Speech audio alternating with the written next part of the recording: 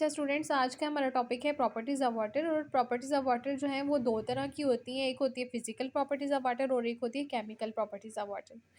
तो अगर वो आपको प्रॉपर्टीज़ ऑफ वाटर पूछते हैं तो आपने फिजिकल भी लिखनी है और केमिकल भी, लेकिन अगर सिर्फ फिजिकल पूछते हैं तो आपने सिर्फ फिजिकल लिखनी है और केमिकल पूछते हैं तो आपने सिर्फ केमिकल लिखनी है।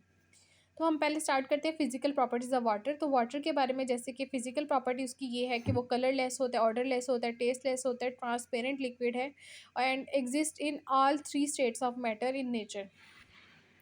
यानी इन सब चीज़ों का क्या मतलब है? कलरलेस मतलब जिसका कोई रंग ना हो, ऑर्डरलेस मतलब जिसकी कोई खुशबू नहीं होती, टेस्टलेस जिसका कोई जायका नहीं होता, एंड ट्रांसपेरेंट लिक्विड जिसके आर पार देखा जा सके, साफ शफाफ लिक्विड होता है।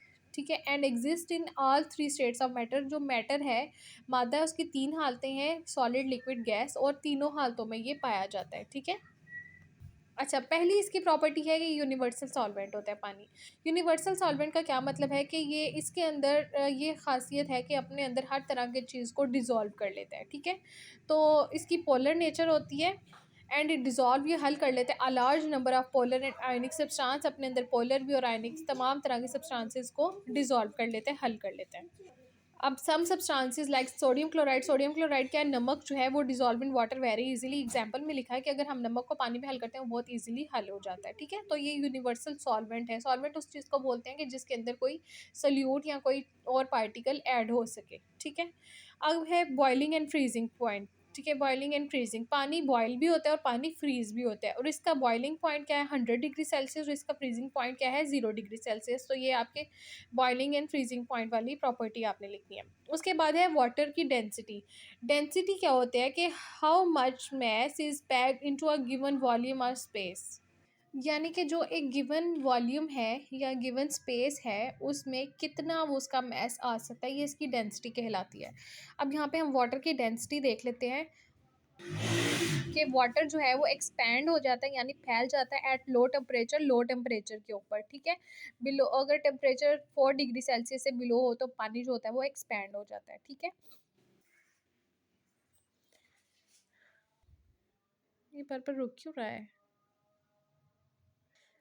कि वाटर लो टेम्परेचर पे आके एक्सपैंड हो जाता है, ये वाटर की डेंसिटी में आता है। हीट ऑफ वेपराइजेशन क्या है कि पानी के अंदर बहुत ज़्यादा हाई हीट ऑफ वेपराइजेशन होता है, यानी कि बहुत हीट ऑफ वेपराइजेशन होता है कि एनर्जी की वो रिक्वायरमेंट, उतनी एनर्जी की मिकदार जो उसको इवेपोरेट होने के लिए चाहिए होती है, वो उसकी हीट ऑफ वेपराइजेशन होती है। और जानदारों के अंदर ये बहुत ज़्यादा होती है, इसी वजह से जो उनकी बॉडी के अंदर जो टेम्परेचर है वो नॉर्मल रहता है। और अगर ज़्यादा गर्मी आ जाए, अगर बाहर का एनवायरनमेंट में जो टेम्परेचर है वो 50 डिग्री सेल्सियस है तो बॉडी का टेम्परेचर फिर भी 37 डिग्री सेल्सियस रहता है। वो किस वजह से होता है? क्योंकि हमारे अंदर पानी के अंदर जो है वो बहुत ज़्यादा हीट ऑफ वेपराइजेशन होती है और हमें स्वेटिंग होती है, और पानी जब इवेपोरेट होता है बहुत जल्दी से तो हमें वो ठंडक का एहसास होता है और हमारी बॉडी का टेम्परेचर नॉर्मल रहता है। ये है इसकी हीट ऑफ वेपराइजेशन। अब स्पेसिफिक हीट, अब एनर्जी की वो रिक्वायरमेंट कि हम हीट एनर्जी की बात कर रहे हैं कि हीट एनर्जी की वो रिक्वायरमेंट, क्योंकि हम स्पेसिफिक हीट की बात कर रहे हैं कि जिस पे आके क्या हो कि 1 ग्राम हमारे पास कोई चीज़ है और 1 डिग्री सेल्सियस टेम्परेचर पे आके 1 ग्राम चीज़ ने कितनी एनर्जी की रिक्वायरमेंट ली और वो हीट अप हुई, तो वो उसकी आगे स्पेसिफिक हीट में। तो ये है इसकी फिजिकल प्रॉपर्टीज़ ऑफ वाटर। आगे है केमिकल प्रॉपर्टीज़ ऑफ वाटर। सबसे पहले इसकी प्रॉपर्टी है थर्मल स्टेबिलिटी। तो पानी जो है थर्मली वेरी स्टेबल है, यानी कि वो बहुत ज़्यादा हाई टेम्परेचर पे भी आके उसके जो केमिकल कंपोजिशन है वो ख़राब नहीं होती। लेकिन अगर हम बहुत ज़्यादा एक्सट्रीम लेवल का टेम्परेचर बढ़ा दें, आप खुद अंदाज़ा कर लें कि 50 डिग्री सेल्सियस हमारा टेम्परेचर जब होता है तो हम जो है ना बहुत ज़्यादा हमें गर्मी फील होती है, हमें लग रहा है कि आग बरस रही है, और 100 डिग्री सेल्सियस पे पानी बॉयल होना शुरू हो जाता है। लेकिन अगर 2000 डिग्री सेल्सियस अगर टेम्परेचर कर दिया जाए तब भी 1% वाटर के मालिक्यूल आके डिकम्पोज होते हैं अपने कंपोनेंट्स में। तो यहाँ पे इन्होंने लिख करके दिखाया है कि 2H2O, यहाँ पे 2 वाटर के मालिक्यूल हैं, उन्हें 2000 डिग्री सेल्सियस टेम्परेचर पर हीटअप किया गया। उसके बाद इतने टेम्परेचर पे आके उन्होंने अपने जो है ना कंपोनेंट्स में वो चेंज हुए हैं, तो 1% मालिक्यूल ही उसके अपने असल कंपोनेंट्स में चेंज होंगे। असल कंपोनेंट्स क्या है? पानी किससे मिलकर बना है? हाइड्रोजन से और ऑक्सीजन से। ठीक है। तो ये वापस हाइड्रोजन और ऑक्सीजन में चेंज होते हैं 1% वो भी मालिक्यूल्स आकर। तो ये है थर्मल स्टेबिलिटी ऑफ वाटर। उसके बाद नेक्स्ट है रिएक्शन विद नॉन मेटल। अगर पानी को नॉन मेटल के साथ रिएक्ट करवाया जाए तो वो किस तरह का रिएक्शन देते हैं। तो नॉन मेटल में एक चीज़ आती है सल्फ़र, ठीक है। अब हमने अगर सल्फ़र को 3s यानी 3 सल्फ़र हैं और नॉन मेटल है ये, और इसको हम रिएक्ट करवाएंगे पानी के साथ, क्योंकि हमने पानी का रिएक्शन करवाना है नॉन मेटल के साथ। तो एक हमने नॉन मेटल ले लिया, नॉन मेटल है यहाँ हमारे पास सल्फ़र, सल्फ़र के 3 मालिक्यूल, और दूसरी चीज़ हमने ली है वाटर के मालिक्यूल, 2 वाटर के मालिक्यूल हैं। अब हमने इन दोनों को आपस में रिएक्ट करवाया तो हमारे पास आया 2H2S प्लस S2O। अब यहाँ पे हम देख लेते हैं, सल्फर के 3 है हमारे पास, हाइड्रोजन के हमारे पास हैं 4 हाइड्रोजन है, और ऑक्सीजन है हमारे पास 2 ऑक्सीजन है, ठीक है।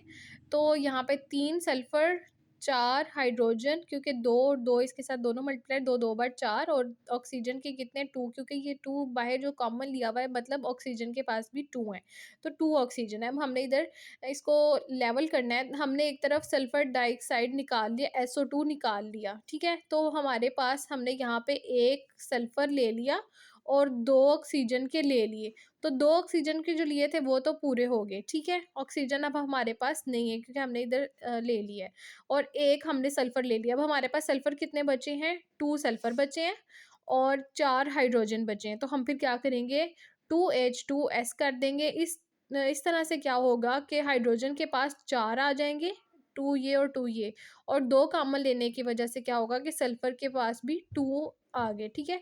तो यहाँ पे हमारे पास 2 सल्फर बचे थे और 4 हाइड्रोजन बचे थे, वो भी हमने लिख लिया, 2H2S कर लिया और प्लस SO2 कर लिया। तो ये रिएक्शन था पानी का नॉन मेटल्स के साथ। नेक्स्ट हम रिएक्शन करते हैं रिएक्शन विद मेटल्स, के पानी मेटल्स के साथ किस तरह से रिएक्ट करता है। मेटल क्या है, सोडियम और मैग्नीशियम मेटल है, ठीक है। पानी सोडियम और मैग्नीशियम के साथ किस तरह से रिएक्ट करता है।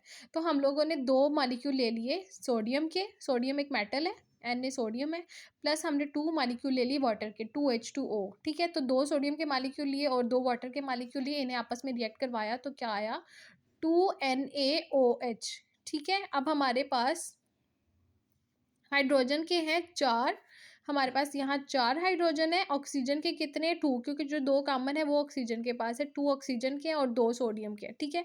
तो हम लोग पहले क्या करते हैं, 2 कॉमन लेते हैं और जिनके पास 2 हैं वो हम ले लेते हैं।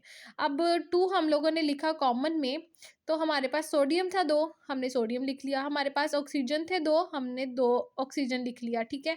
उसके बाद हमारे पास हाइड्रोजन 4 थे, हम 2 हाइड्रोजन इधर लिख लेंगे और 2 को अलग कर देंगे, ठीक है।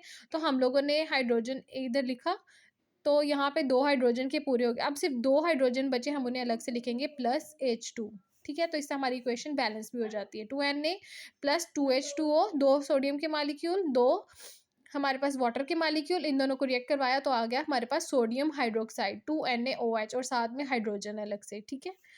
उसके बाद अगर हम मैग्नीशियम के साथ इसको करें, रिएक्ट करवाएं, तो हमारे पास आता है Mg को, यानी मैग्नीशियम को हमने वाटर के मॉलिक्यूल से रिएक्ट करवाया तो हमारे पास आ गया MgO, यानी मैग्नीशियम ऑक्साइड। यहाँ मैग्नीशियम का भी 1 था, ऑक्सीजन का भी 1 है और सिर्फ हाइड्रोजन के 2 हैं, तो जिनके 1 है उन्हें इकट्ठा लिख लेते हैं, MgO मैग्नीशियम ऑक्साइड बन गया, और साथ हम लोगों ने हाइड्रोजन को अलग कर दिया, H2 कर दिया। अब हमने करना है कि reaction with non metal oxide. Non metal क्या था, सल्फर था, ठीक है।